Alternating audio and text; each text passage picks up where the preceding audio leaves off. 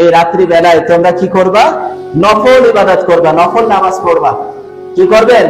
এই রাত্রি বেলায় নফল নামাজ পড়তে হবে। 2 নম্বরে রাসূলুল্লাহ সাল্লাল্লাহু আলাইহি ওয়াসাল্লাম বলেছেন, এই রাত্রি বেলায় আপনারা কোরআন তেলাওয়াত করবেন।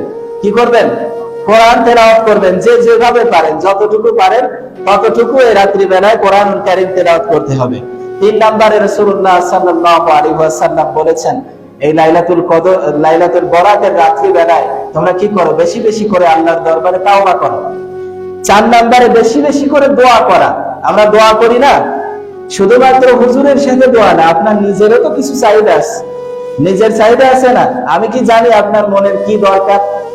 আমি তো জানি না যে আপনার কি দরকার, আল্লাহ জানেন আর আপনি জানেন। তাহলে আপনি কি করবেন? আলাদাভাবে নিজে নিজেই আল্লাহর কাছে রাত্রি বেলায় বেশি বেশি করে দোয়া করবেন। 5 নম্বরে রাসূল সাল্লাল্লাহু আলাইহি ওয়াসাল্লাম বললেন যে 5 নম্বরে তোমরা কবর জিয়ারত করবা। কি করবা? কবর জিয়ারত করবা। এই কবর জিয়ারত যে কবরের কাছে গিয়েই করতে হবে এমনটা না। আপনি যদি বসে বসে কবর জিয়ারতের নিয়তে সূরাতুল ইখলাস, ফালাক, নাস পড়ে, দুরূদ শরীফ পড়ে দোয়া করেন, সেটাও হবে। আর যদি মনে করেন যে আমি কি করব, যে আমার আব্বা আম্মার কবরের কাছে অনেকদিন যাই না, যাই, গিয়ে একটু আল্লাহ আব্বা আম্মার কবরের কাছে গিয়ে দোয়া করে আসি, পারবো না ইনশাআল্লাহ? আর সব থেকে গুরুত্বপূর্ণ একটা আমল, সেই গুরুত্বপূর্ণ আমলটা হলো, তুমি যদি কারো উপরে রাগ হয়ে থাকো বা দেনা পাওনা থেকে থাকে, সেই দেনা পাওনা গুলা তুমি পরিশোধ করে দাও। আর তুমি কারো কাছে যদি পাও বা কারো উপরে রাগ হয়ে থাকো, তাহলে তাকে মাফ করে দিবা। কি করবা?